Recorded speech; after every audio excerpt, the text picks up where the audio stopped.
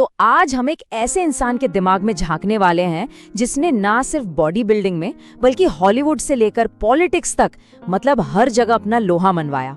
जी हाँ, हम बात कर रहे हैं आर्नोल्ड श्वार्ज़नेगर की। चलिए उनके सफलता के उस ब्लूप्रिंट को समझते हैं जिसने नामुमकिन को भी मुमकिन कर दिखाया। आर्नोल्ड की पूरी जिंदगी कह सकते हैं कि इसी एक सोच पर टिकी हुई है। उनका मानना है कि कोई भी चीज तब तक ही नामुमकिन लगती है जब तक कोई उसे करके दिखा नहीं देता। ये सिर्फ एक कोट नहीं है, ये उनकी पूरी मानसिकता का निचोड़ है। तो सवाल उठता है कि उनकी इस जबरदस्त कामयाबी का राज क्या है।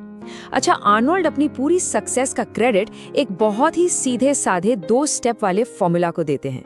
और मजे की बात यह है कि ये फॉर्मूला हर किसी के लिए काम करता है। इससे कोई फर्क नहीं पड़ता कि किसी की शुरुआत कहाँ से हुई हो।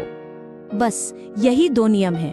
पहला, एकदम साफ विजन होना कि जाना कहाँ है, और दूसरा, बस जी जान लगाकर मेहनत करना। उनकी पूरी फिलॉसफी की नींव यही 2 बातें हैं। तो चलिए पहले पिलर की बात करते हैं, एक क्लियर विजन। सोचकर देखिए, ऑस्ट्रिया के एक छोटे से गांव का एक लड़का एक सपना देखता है, दुनिया का सबसे बड़ा बॉडी बिल्डर बनने का। उस वक्त ये सपना किसी को भी पागलपन ही लगता। इस टाइमलाइन पर एक नजर डालिए। 15 साल की उम्र में उन्होंने ये विजन तय किया। 18 साल की उम्र में मिलिट्री में होते हुए भी रोज 5 घंटे की ट्रेनिंग करते थे, और नतीजा, सिर्फ 20 साल की उम्र में वो दुनिया के सबसे यंग मिस्टर यूनिवर्स बन गए। ये दिखाता है कि एक साफ विजन में कितनी ताकत होती है।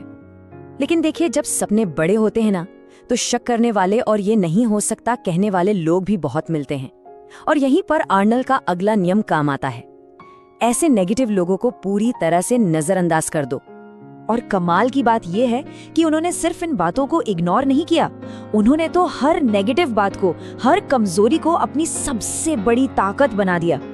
अरे, लोगों ने उनके एक्सेंट का मजाक उड़ाया और उन्होंने उसी एक्सेंट में I'll be back जैसा आइकॉनिक डायलॉग दे डाला जो आज तक अमर है।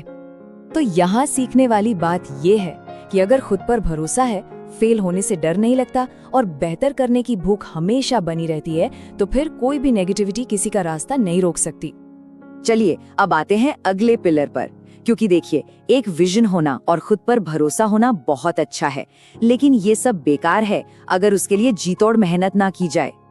आर्नोल्ड के लिए उनके लक्ष्य कोई पार्ट टाइम हॉबी नहीं थे, वो एक फुल टाइम जॉब की तरह थे।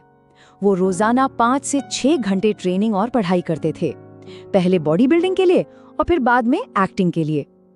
और इस जबरदस्त मेहनत का नतीजा क्या निकला? वो अपने समय के सबसे ज्यादा कमाई करने वाले एक्टर बने।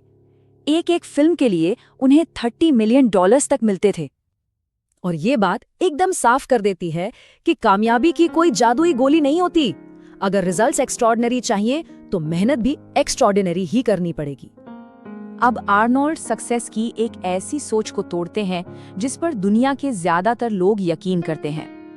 वो ये जो सेल्फ मेड मैन वाला आइडिया है ना, मतलब कि इंसान सब कुछ अकेले ही करता है, उसे वो पूरी तरह से नकारते हैं।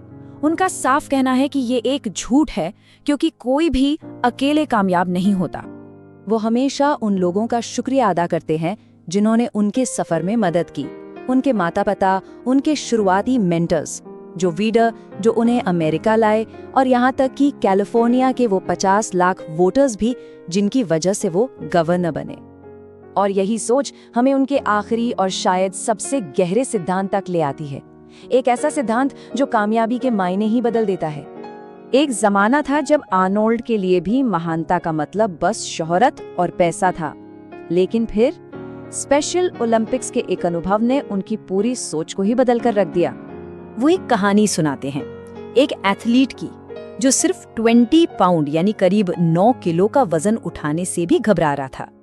आर्नोल्ड ने उसे थोड़ा हौसला दिया और उस लड़के ने ना सिर्फ वो वजन उठाया बल्कि उसके 10 रेप्स लगाए, और फिर उसकी आंखों में एक चमक थी और उसने कहा, और बस कुछ ही मिनटों में उस लड़के को डर से आत्मविश्वास तक का सफर तय करते देखना आर्नोल्ड के लिए एक आंखें खोल देने वाला पल था। उन्हें उस दिन कामयाबी का एक नया, ज्यादा गहरा मतलब समझ आया। उन्हें ये एहसास हुआ कि असली कामयाबी ट्रॉफियां उठाने में नहीं है, बल्कि दूसरों को ऊपर उठाने में है। कि सक्सेस सिर्फ अपने बारे में नहीं है, बल्कि इस बारे में है कि हम दूसरों के लिए क्या कर सकते हैं। और आखिर में वो हम सबके सामने एक सवाल छोड़ जाते हैं, अगर हम नहीं तो कौन, और अगर अभी नहीं तो कब? ये सवाल इस बातचीत का अंत नहीं, बल्कि हम सबके लिए एक नई शुरुआत का बुलावा है।